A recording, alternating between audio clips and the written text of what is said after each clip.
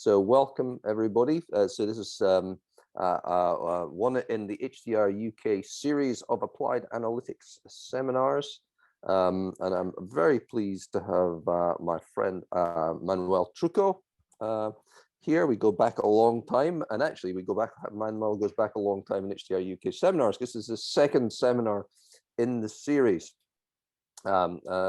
And he's going to talk to us, I believe, about the retina and genetics and your susceptibility to disease and all of those sort of things. And I think a lot of it's around the Vampire project, which has been running for a long time, and many of us will have heard about it at least by reputation. So if you would take it away, Manuel, and I'll pick up the questions at the end. I believe we normally do about sort of 45 minutes or so of talk, and then we chat for 15 minutes or whatever is left in the hour.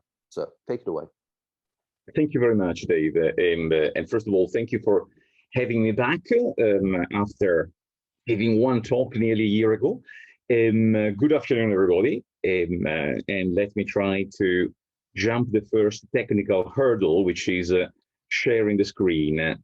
And at this point, I hope that you can see my screen. Yeah? Yes, gentle nod. Okay, right. Let me try to maximize this. I promise to make an effort to stick to time. So this is what I would like to talk to you about today, concisely. Given the name, most people know what the Vampire Project is, but I thought I have 3 slides of context just to set the framework. And then what I really would like to tell you about are 2 things, 2 sets of things. One is the biomarker game that we play in Vampire. So what can the retina tell you about disease? How does the information contained in the retina, in what relation it stays? What can it add to other information we can source from the body, including genes? The other thing is, and so this is talking of something I do not know very much, I have to say, because this is really the domain of our collaborators, doctor, life scientists, and so on. But point 3 is something where I feel a little bit moderately at home, because it's a computational point of view. So the game in point 2 is programs generate measurements, programs generate answers, and so on. And in part number 3, I'll try to put on my computational hat and try to explain how these things are done with no measure of detail. I'm keeping this general, and I'm very happy to point people to paper and asking questions.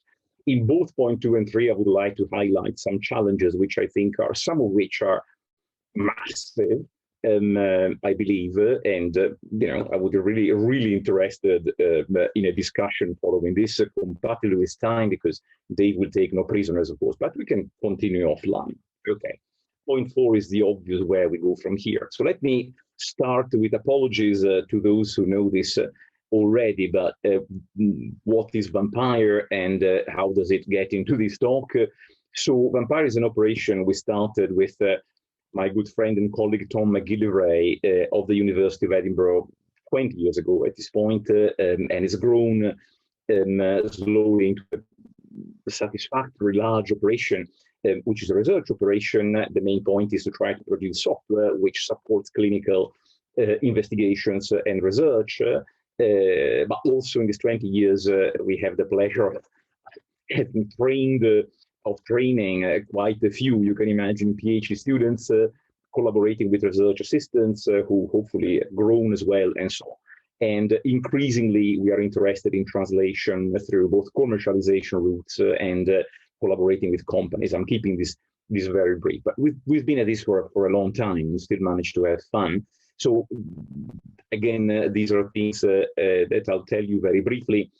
I want to stress to the people who do not know us that when I say Vampire, I mean software, I mean research, but I mean also a rather complex, articulate universe of world, to be modest, world of partners in various domains. So the ones essentially, these are big clusters, and you can imagine the one on the left.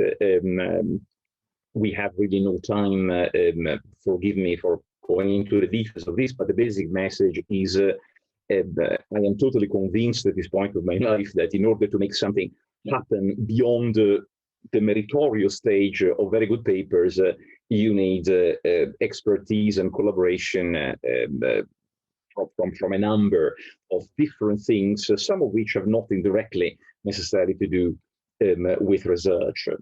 I'll skip this point. Okay, let's go straight to the meat, which is meat number one, or shop, butcher shop number one, is money retinal biomarkers. And here the point is, what can the retina tell us about disease, for instance, disease risk, but increasingly other things that are part of us, like our age, our biological age, or even our gender. It looks like retinal images have some correlation with genders. Anyway, let me take through this. This is really a run through a number of our collaborations, and my main point here is to try to give you an idea of the width, but also, this is all work in progress. The answer to the question I posed a moment ago is definitely work in progress, which is part of the excitement. Okay. And oops, sorry, the phone. And I want to start with data. Now, we work with a number of data set, of course, including UK Biobank and others which we mentioned here and there. GoodArts, however, is something particularly useful for us in Dundee in particular, and dear to my heart because it's an operation which has been started by the Dundee Medical School and is now grown into a rather unique resource, extremely longitudinal, starting in 1988. It's all about the genetics of diabetes, and there's a population there which has been followed clinically, so the data are widely asynchronous, but there's a very, very rich phenotyping, there's full genome information about the cases, so the diabetic people, not the control, not all the control, I believe, and there's, interestingly for us, retinal images because of the national Scottish diabetic retinopathy screening program. So it's a really, really interesting set of data. So kudos to the people who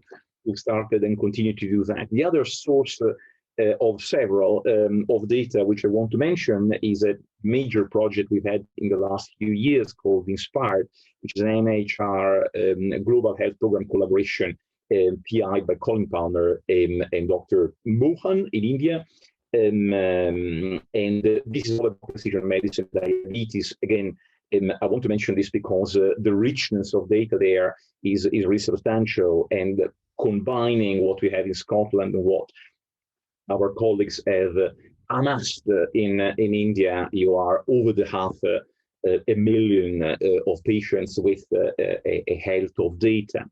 We'll go back to this project in terms of achievement. I want just to mention that our wonderful colleagues in India, among other things, have been busy acquiring retinal images prospectively over two, we can say, rails. One, a program in the hospitals, in two hospitals, particularly their network, in the clinics, so with clinic-grade high resolution images like the size in their case, but they're also, and I'm looking here, started within INSPIRED a program of collection of rural data, not only retinal images, of course, for which we have now 500 diabetic retinas with linked data and 500 controls. This is not really hot from the press, but merely completely measured by Vampire, and the statisticians are at work to mine this data.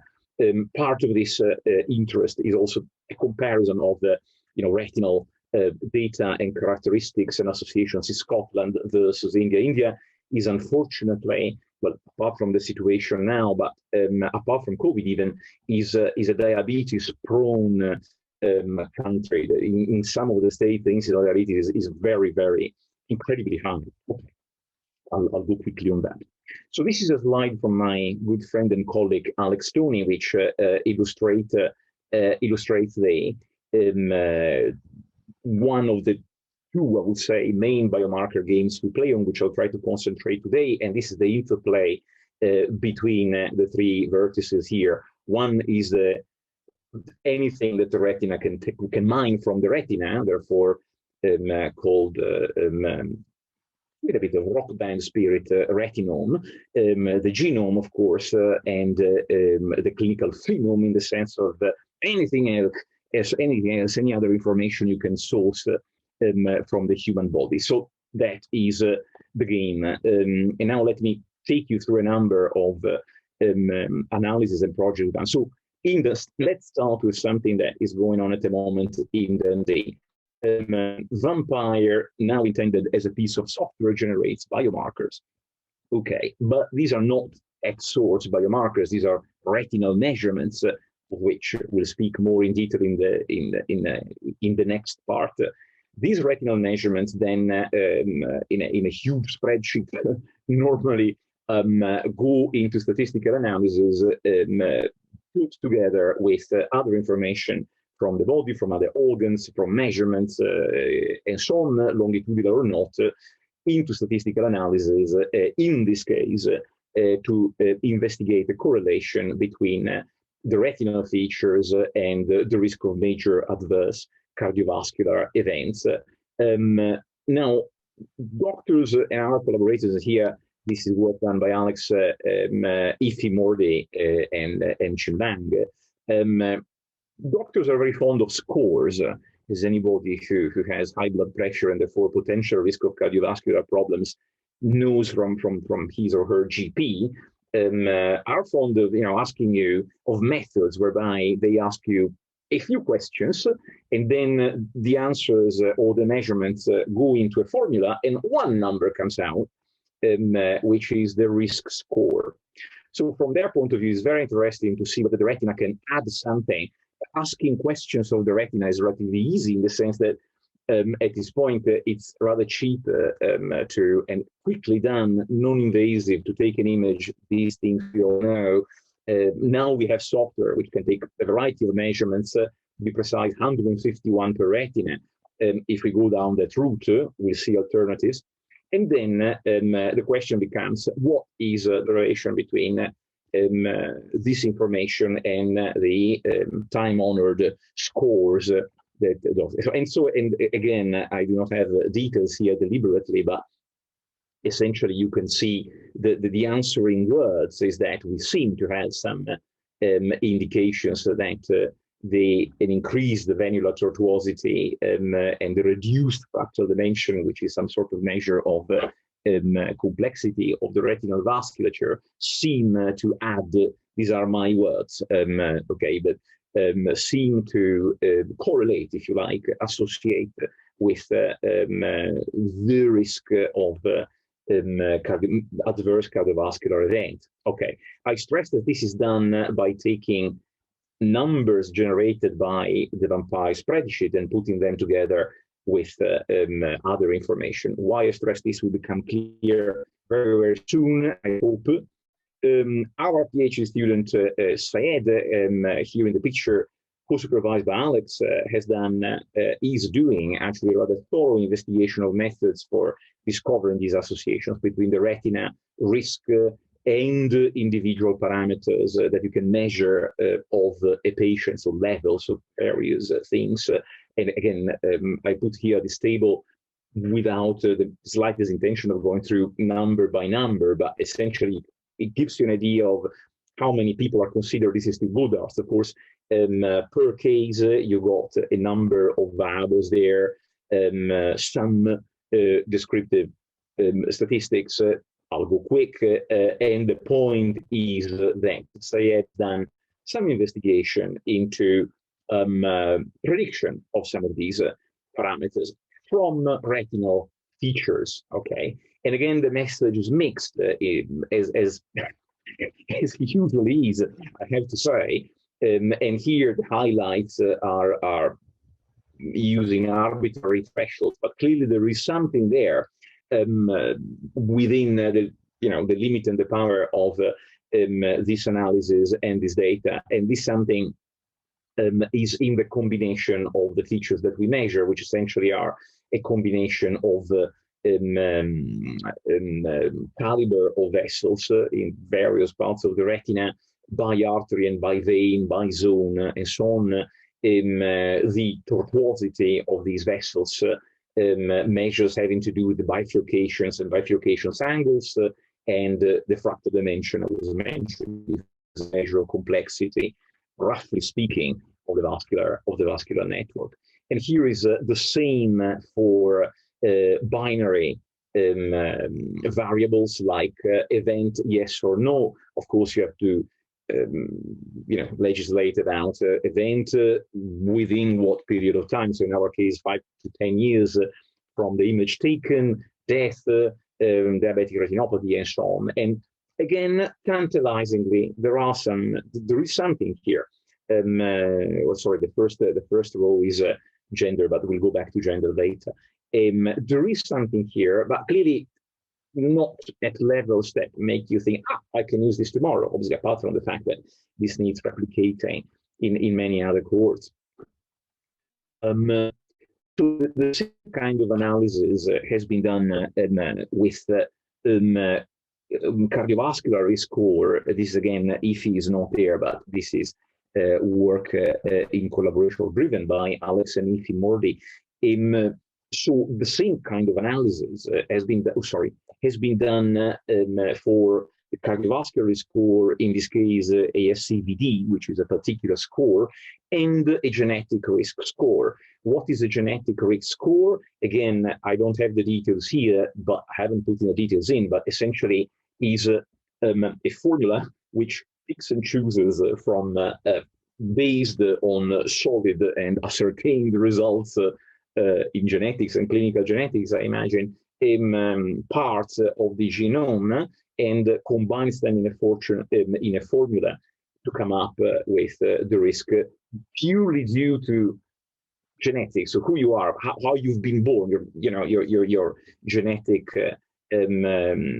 patrimony, shall we say, that will not change for the rest of your life. Just due to that, what is the risk? And basically the result which comes across here so far, of course, is that not surprisingly perhaps, there is some signal which correlates, seems to indicate that the retina can tell you something, as we found already in one of the previous slides, about the cardiovascular, the score, the risk of cardiovascular events, but we didn't find anything with that specific risk score. So as far as we have found so far, that specific risk score, which I hear you crying, what is this risk score?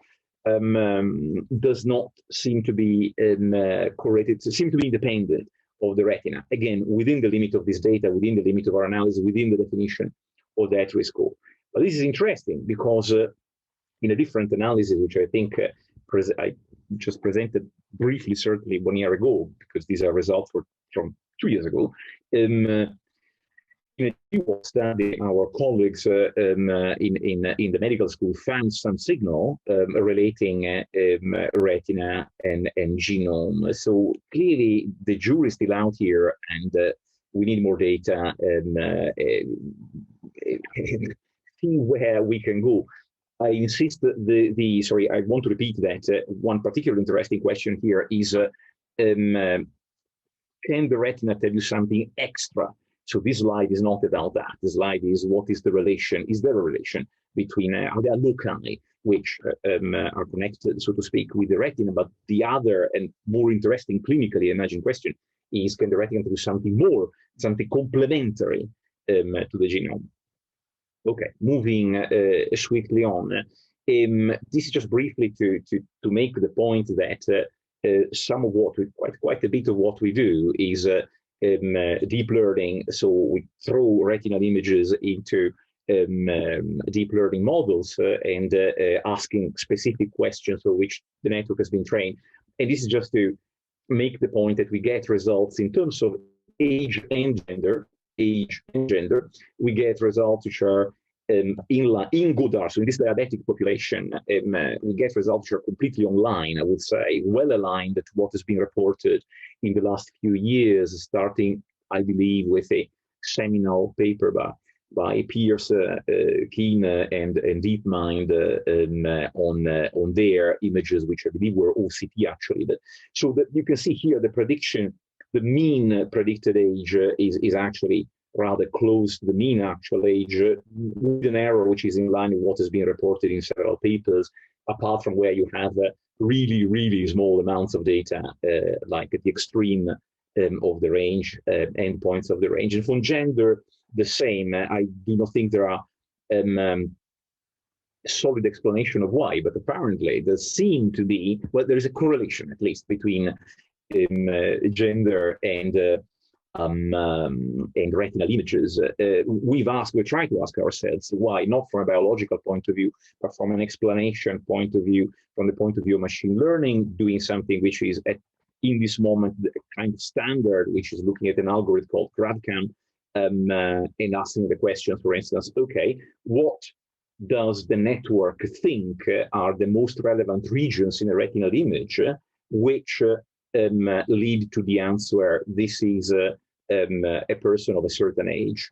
And consistently, throughout our experiment with thousands and thousands of images, consistently, it is the region around the optic disc which gets highlighted.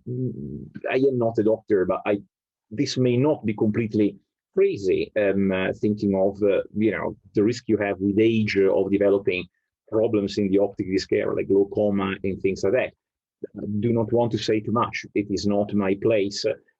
I could think, okay, surely other things happen in the retina. So anyway, this is the result. How about gender? For gender, there is something really interesting going on here. Again, these are answers from an efficient method, incidentally. The regions which a GradCam highlights in terms of gender are different for men and women. This is super interesting. Is it true? Is it not? We don't know. But the result is very consistent. So for men, it's a region of the optic disc. For females, seems to be a region around the macular region. So watch this space. Initial results. Okay. Another study I want to mention, which brings us to a kind of interesting or perilous territory, which is that of the fractal dimension, the complexity, taking this very generically as a word of the retinal vasculature, is a collaboration we have with Dr. Tiger, if I pronounce the name correctly. I apologize, I know she's in the audience. I should be prepared. And her team at McMaster in Canada. So they have this fantastic data set of more than 50,000 individuals and more than 53,000 fundus images. And so in this particular study, we have sent over our software for computing the fractal dimension, which is completely automatic, and therefore, depending on your hardware, can be used on vast quantities of images. And the initial questions in a pilot is, okay, what can the fractal dimension, once estimated, do for predicting, for instance, risk? Does it associate with other things and so on? And the genome, which is mentioned here, has not been touched yet, I believe. One important thing I have to mention, again, en passant, in the spirit of this overview, is that of quality. This is a sore point, because depending on the quality of the images, of course, you may get different results. So it is in your interest, before you start the calculation, for instance, of fractal dimension, to try to triage the images and try to throw away those, reject those that are likely to produce false results. Now, false results means that what you compute is more due to noise than to the effect you want to measure. The effect is the actual complexity of the vasculature. The noise can be things like the image was, I do not know, a little bit blurred, for instance, so the algorithm computing the vessels did not find so many vessels, and then the complexity is reduced. Okay, long madrigal, but in practice, in this diagram here, which comes from Marie and her team, you can see we have a way of deciding for the fractal dimension what is a good quality, what is a medium quality. This is done with a neural network, incidentally, and so the so-called poor images are discarded. This is an interesting plot because, as we expect, few images of poor quality lead to lower fractal dimension. This is very sensible because the lower the quality, the fewer the vessels you manage to capture to detect with the software. Okay. Again, these are super initial results, and I am very, very thankful to Marie and her team for allowing me to show their results here. There is so this is just a linear regression for the moment. Clearly, Marie assures me that more analysis will be done and so on, but it's interesting to notice that there is something appearing here on initial subset of disease, on initial set, sorry, on initial tests on the Canadian data set. And although there seems to be no signal in many of the items, there could be something to be verified for three things interesting: WHR, hypertension, and cataract. But cataract, of course, we can talk, because if you begin to obscure in light forms, of course, if you begin to obscure the visibility of the vessels, then again, see what I was saying before in terms of noise. However, this time it is not noise, it's a cataract. So it's an interesting, this is an interesting case of something which seems noise, which is actually an effect. Okay. Another collaboration we have, which I'm mentioning here, because it's exactly along the same line of investigating the fractal dimension. There are more, for instance, with leads, which I haven't included in the presentation, but is a collaboration with Siegfried Wagner and Piers Keane at UCL Moorfields. And again, I'm very thankful to both of them, and Siegfried in particular, for providing slides and of an initial pilot done on hundreds of people from the fantastic data set and images they have in London for the ALZEYE project. I recommend to everybody to take a look to their website, because it's really excellent work. And in this collaboration, essentially, they are running our software for estimating the fractal dimension and getting. I got this beautiful graph from Siegfried recently. Thank you again. So these are visualization of fractal dimension by age, by gender, and by ethnicity. So in that small sample, clearly the game, the hope is, but I hope the plan, not the hope, is to, when things are ready from the point of view of hardware and so on, installations, is to run the software on more than 1 million, I understand, of the images that they had in London. So that's really, really interesting. But for the moment, there seems to be something which partially confirms findings we have from other investigations with our software. So ethnicity, it's the first time we see it. There doesn't seem to be very much of a signal there at all. But age, this is kind of expected. The fact that the fractal dimension decreases with age. This is expected in the sense that we found it in other studies, both in Goddard's and other studies. And with sex, again, close, but there seems to be some difference, which perhaps is a reflection, or sorry, a corroboration of the difference, kind of difference that you can see, that we can measure the stratification between male and female, which I was mentioning before, which was done purely running a neural network on an image without computing anything explicitly. So interesting results. If I go back to Goddard's for a moment, still, however, using the fractal dimension as an example, this is work led by Alex once again. And again, there are indications that this is Goddard's diabetic population once again. The fractal dimension seems to be able to predict dementia this time, not cardiovascular, independently of the ApoE4 genotype. And I should mention at this point that I haven't included too much of the fractal dimension on the computational side for reasons of time, but there is a whole beefy team distributed between Edinburgh and Dundee. The main people are here on the slides that is looking at computational aspects, UK Biobank, and so on. Okay. So at the end of this very, very, very quick first part on using vampire software for investigating what the retina can tell us in terms of how does it compare to the information in the genotype, very, very quickly, can it predict, and this is clinically interesting, risk of disease and so on. Where are the challenges there? And I apologize once again, because like I did in August last year, I'm asking more questions than giving answers, but this is in the nature of research, obviously.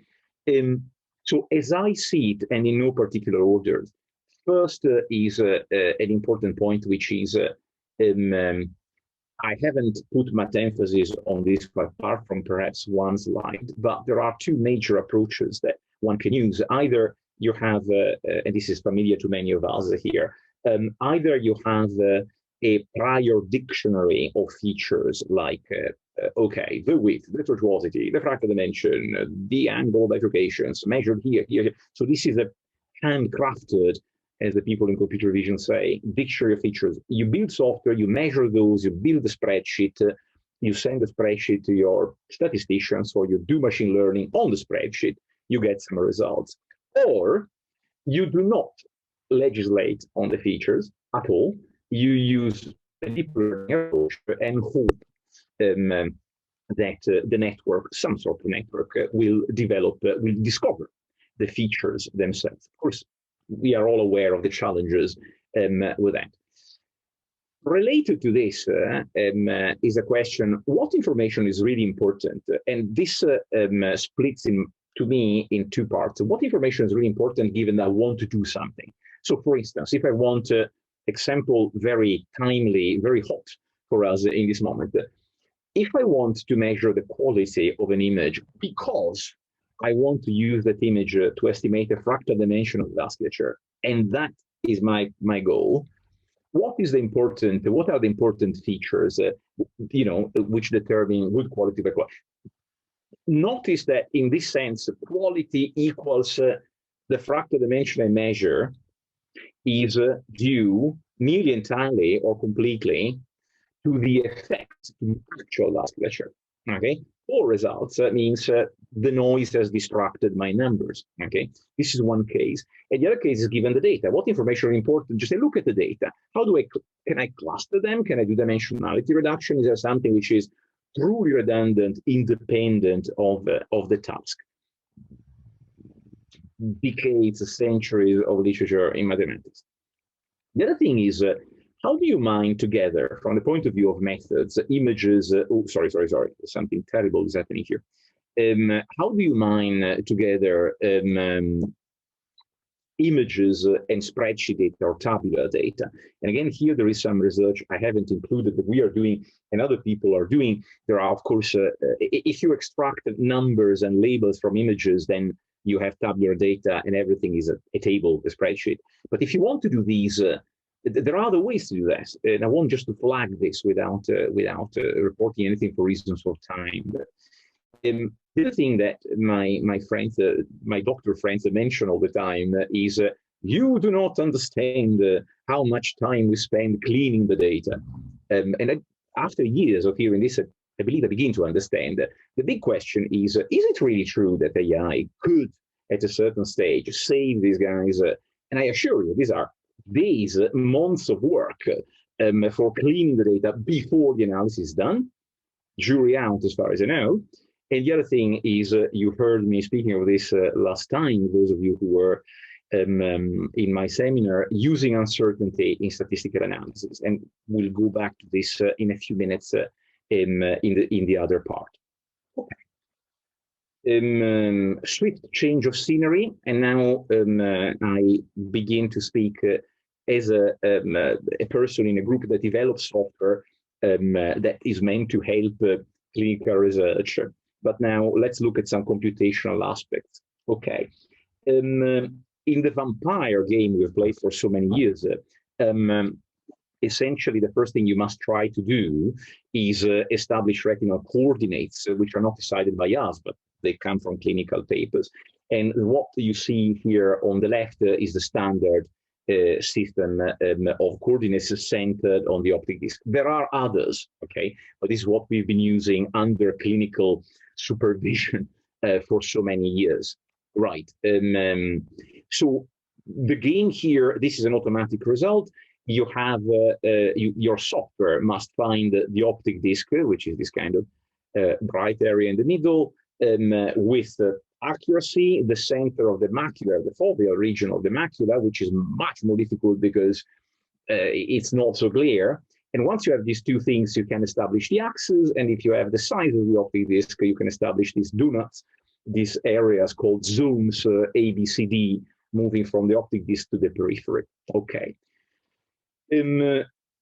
I'm reporting here very, very quickly work led and mostly done by our RA, Dr. Muthu Mukhya, who is also in the audience, was the first one to join today.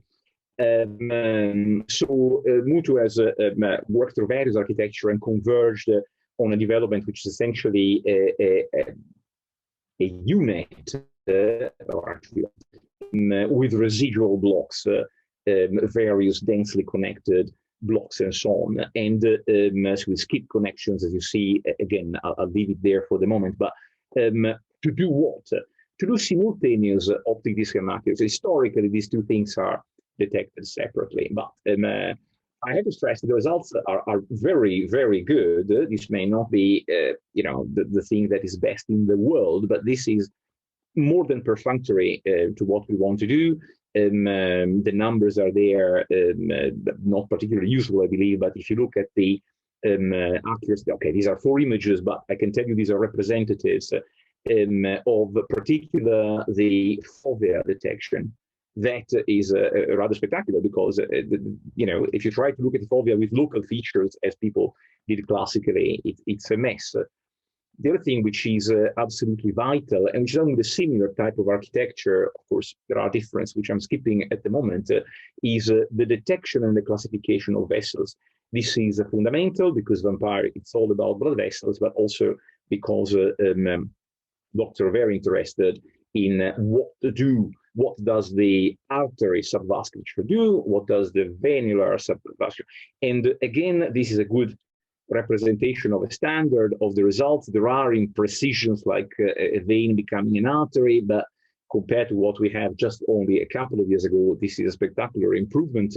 And this is a visual representation of the improvement. Essentially, this is what we had some years ago, and this is what we can get now, which is much more detailed. Okay, this has been used straight away, and I want to show here. Oh, sorry, this is duplication of the same slides.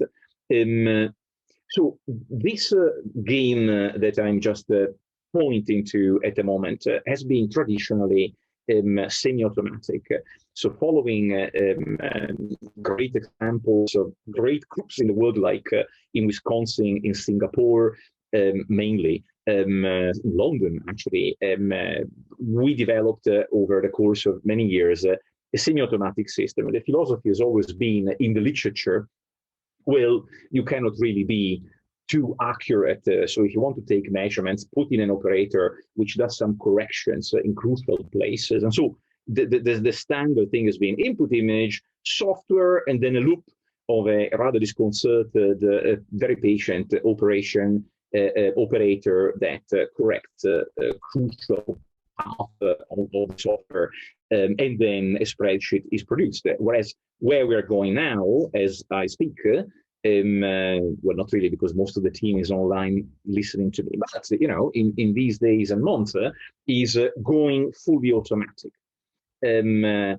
I draw your attention to this word here, which is the usual said. So we still produce in this way of doing things. I'm aware of time, Dave. I'm aware of time. we still produce a spreadsheet, but we now want to have an uncertainty model, and therefore we are working towards developing uncertainty maps and not just producing numbers result. Why is this so important? Well, if you, apart from the fact that humans are fallible, otherwise I would still be married probably. Apart from the fact that operators are fallible, and so if you have a human in the loop, you can eliminate some substantial mistakes, not in the numbers, but in the detection, for instance, which lead to those numbers. So I am totally convinced, and we're working towards that, hopefully to happen pretty soon within the summer, that we can develop a totally automatic vampire, which gives you also an idea of how reliable things are, essentially.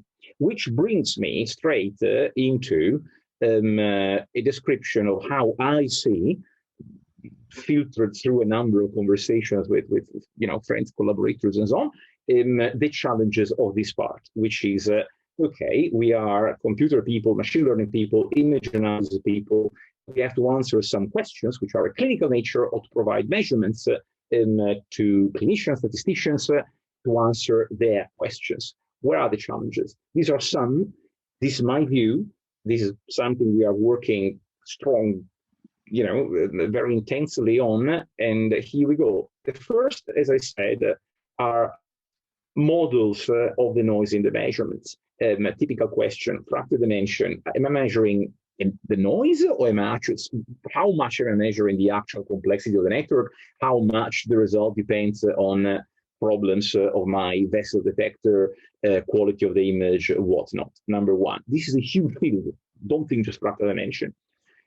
Consequent, and to that, there's a question of quantifying uncertainty. Okay, now I have a model of the noise, right? What do I do with this? Okay, what is the best quantification of uncertainty on each measurement that I can best, in the sense that a statistician or a machine learning algorithm can make sense of it, in the sense of deciding this is acceptable, this is not acceptable, given my task, given my target stratification, or whatever it is. Quickly. Number three, where is the key information? Again, this is I think 75%, if not more, of deep learning is about this question. Where is the key information, and how do I present it? And this is the key, in an interpretable format, because it's all very well to talk of latent representations and things like that, because we understand, we meaning people who work in these things. But if I talk of latent representations to my very good capable doctor friends, they comprehensively do not understand, as I do not understand when they say putamen, which in Italian seems an insult, but it's actually part of the brain. Okay, that's fine. Variability, another big thing, but this is a big problem. I'm not aware. There's plenty of work, very good work, trying to combat this. There are big groups on this. Working on that, things are beginning to happen. We're still a distance from a standardized solution. We say, right, these images come from, I don't know, an hospital in London. These images come from an ophthalmology department, I do not know, on the island of Lewis. There must be at least one. Apply the same software, be confident that it will work in the same way. You've heard this before, so I'm going rather quickly. Okay. I think we are close to the end, and I'm remarkably close to the target time. The only thing which remains for me to say is what are we working on, and with this lovely group of collaborators around the planet, where are we going from here? I don't think I will see the end of this, but it's great to be part of the journey. The ultimate goal is translation, and the way we approach translation, like many other people, is by relying on external companies, IPing what we do so that they can do the commercialization. We start in commercialization operation in its own right, and of course, I think our single most valuable resource from this point of view are our engaged doctor friends who understand what needs to be done for effective translation. Number one. The second thing, which is colossal, is we can use many terms: robustness, explainability, acceptability, blah, blah, blah, blah, blah. This is a multifaceted world, which is rightly attracting an increasing amount of attention. I do believe that any automated system, but I'm not the only one. You know, I agree with the people who do believe that attaching some sort of measure of robustness, of believability, call it as you want, to automatic replies is a sine qua non. Otherwise, ciao. Finally, there is an interesting consequence of the fact of how we are working at the moment in terms of dictionary of features versus deep learning discovery, which is AI meets the dictionary paradigms, and it does in various sense. One is the fact that we actually use AI systems to generate the spreadsheet with the handcrafted selection of measurements. Two, then you can use AI to analyze the results from the spreadsheet on which you have legiferated, okay, to classify, to stratify, and so on. And third, the fact that I was saying before, that you can use AI, although this is open in this moment, will it work, will it not, for what will it work, to discover optimal dictionaries. So there is clearly, and this is the last thing I want to say, an interplay to be discovered and formalized between this approach of handcrafted dictionaries, which stems directly from clinical knowledge on the one hand, and on the other, the pure deep learning approach. Give me images, don't tell me anything, I'll tell you the answer, essentially. With that, I will stop. This is a subset of the people I should really thank, not only for this talk. There are more, I'm afraid it would be incomplete. Thank you very much for listening. I'm only 5 minutes late, which for an Italian is a great achievement. Delighted to answer any question. Actually, I think your timing is perfect, Manuel, because we started a little bit late. So so that's great. And what I'll do is we got about 15 minutes for questions, and we've got 3 questions in the chat, which I'll just shout out if you don't mind, Manuel. So the first one was from Rumasa Chana, talking about the heat map that you had for age early on in your slides. And he was saying, well, that he would have expected the vessels also to be highlighted, because he happens to know that their caliber changes with aging. I mean, did you see anything of that? I suppose is the question. As far as I know, we have here the person who made his hand dirty with the data, which if you want to add something, Syed, please say. But as far as I understand from our conversations, the data and everything, so there was a paper, at least one paper some time ago, a paper which started this for retinopathy of prematurity. And in that specific case, it was a few years ago now, they had found the arcades, the main vessels, had some problems, some changes, and seemed to play a role. My suspicion is, but I would like to invite Syed as well to comment on this. My suspicion is that the optic disc is a much more prominent feature, and I would have expected that if there are changes there, any network would latch on these much more easily than for the vessels. No. Can I ask Syed for a brief comment as well? Yeah, sure. Thank you, Manuel. And to quickly add some points on this is, so the data set which we are dealing is from elderly age group people. And what we have observed in these heat maps is for the lower age group people around 30 years of age. So for them, the network highlights the vessel structure as well. But as the age increases, so what we have noticed is because the mean age is itself around 66, 67 years of age. So for the elderly age people, what we observed is the GradCam highlights the optic disc the most. Thank you very much. I've been super quick in the description of the data set, but thank you, Syed. So some vessels obviously are there and play a role. Thank you. Terrific. So next one I've got on the chat is from Aidan Doherty. I'll just read it, Aidan, if you don't mind. So it says, an interesting aspect of biomarker CDD risk prediction, they often perform reasonably well on their own, but when added to a standard Q risk, so age, sex, handful of other risk predictors, they don't really seem to add much else. I may have missed this, but is there any hope that Q risk plus retinal score / features is greater than Q risk alone? I'm not sure I can give you a precise answer to that with abject apologies. Of course, is an excellent question. I'm sorry, Aidan. What I can say is that so far we have concentrated on some risk scores, and again, this, if Alex is online, perhaps he probably would provide, without probably a better answer than I can do,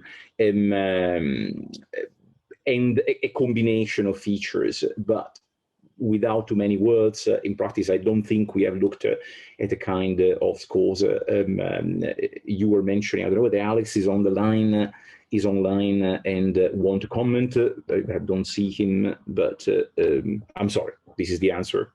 There you go. It's imponderable. That's okay. Right. Well, we haven't pondered enough. Next one's from Siegfried Wagner. I'll read it again. Says, I wonder if you've begun to explore vampires' role in other image modalities, in particular CTA and wide field imaging. Fantastic. I've just invented a new subfield. I think you've already published something in this, but a few years ago. So he's got your number, Manuel. What's your response? So yes, Siegfried, we've done work on. So I've concentrated on fundus, but we've done work on. So the closest is on Optus images. The closest in the sense that sorry, there are alarms everywhere today. The closest in the sense that the vampires in Edinburgh, so Tom's group has a version of vampire which works on Optus images. And Optus images are tantalizingly similar, but they seem similar. But you know, if you try to detect vessels, to measure things, they behave differently. So that is one. OCT and OCTA. Well, OCT we've done very little. So there's nothing which remotely compared to what you have in London. OCTA, the subgroup of vampires and vampire collaborators that have done the most by far are in Miguel's group, Miguel Bernabeu, and I believe so I can see Ilenia online. Ilenia's done a lot on OCTA. I'm very happy if she wants to say something or Miguel wants to say something.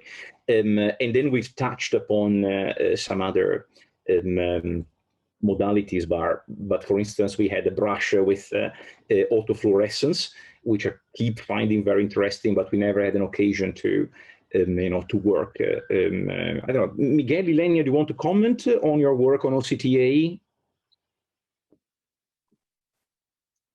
You're there?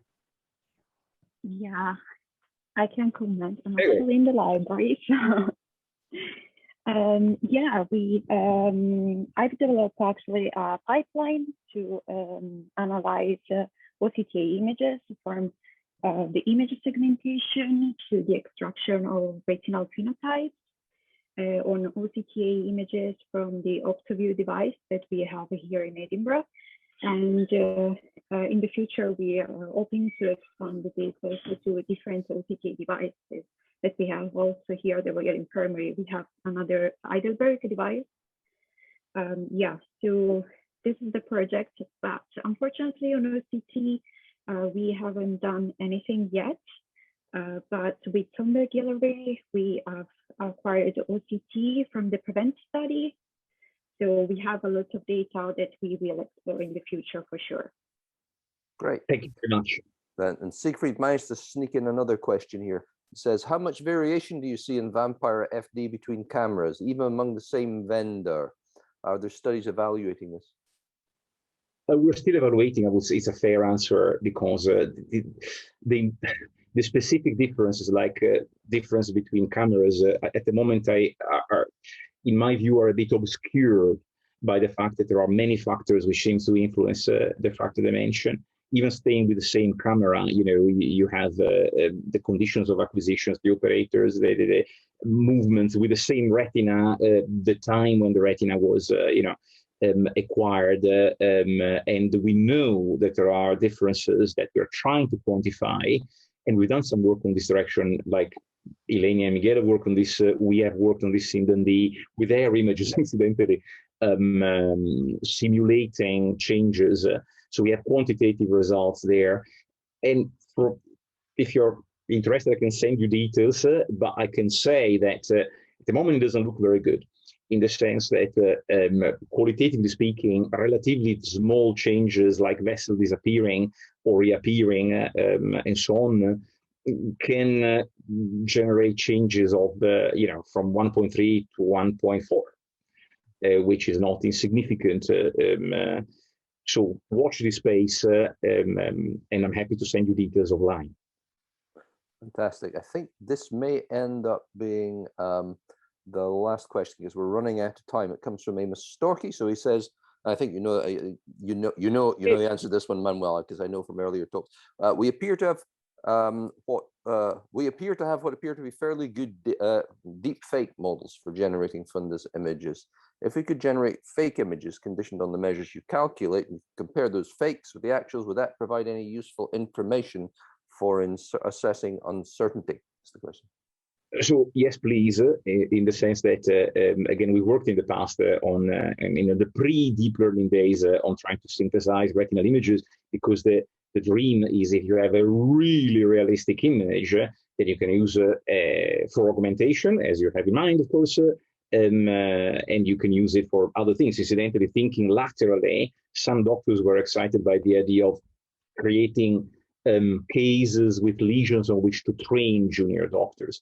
But yes, I've lost a little bit track of the real state of the art. But 2 years ago, I've seen retinal images generated in Singapore, in Portugal, in America, in Iowa, which looked very convincing if you look at a distance. If you actually try to track the vessels, it's not really realistic. But if you're interested in that, it's definitely something which we are interested in. Good. I see another question is sneaked. I'm just going to put one more in, Manuel. If you've got the stamina, for just one more tiny one. Sure. It's like that little snack at the end of the meal. It's from Marie. It says, question related to genetics. In your previous genetic analyses, did you estimate the heritability of the FD measured with vampire? I am terribly sorry. I do not know. I probably knew, but I do not remember. This is I do already sent, but I do not know. I do not want to say something abominable. False. You're getting old, Manuel. Your memory's starting to slip.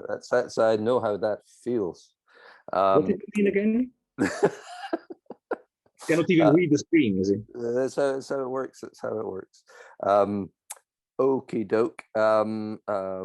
Okay, I think I'll stop it now. If you want to look at, actually, I'm gonna give you another one. This is one from Sotis Saftaris. So he's saying of deep fakes, back to deep fakes one, because I thought this is a tricky one. Deep fakes have been learned from the same data. Wouldn't that create an endogenous problem?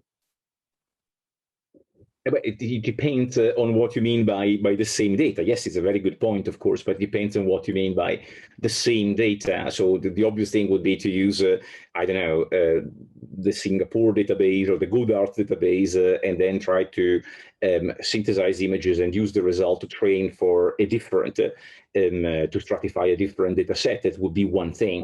I do not know whether you meant anything else. Yeah, I think so. I see Amos is replying to that as well. So I think we should probably close it now. We're 1 minute past. I like to, as you know, I like to keep the time. I'm brutal about these things. So thanks very much. You've got lots of messages of thanks in the chat if you're interested, Manuel. So that's always a good sign. Next one of these is going to be on the 20th of July. You'll find it.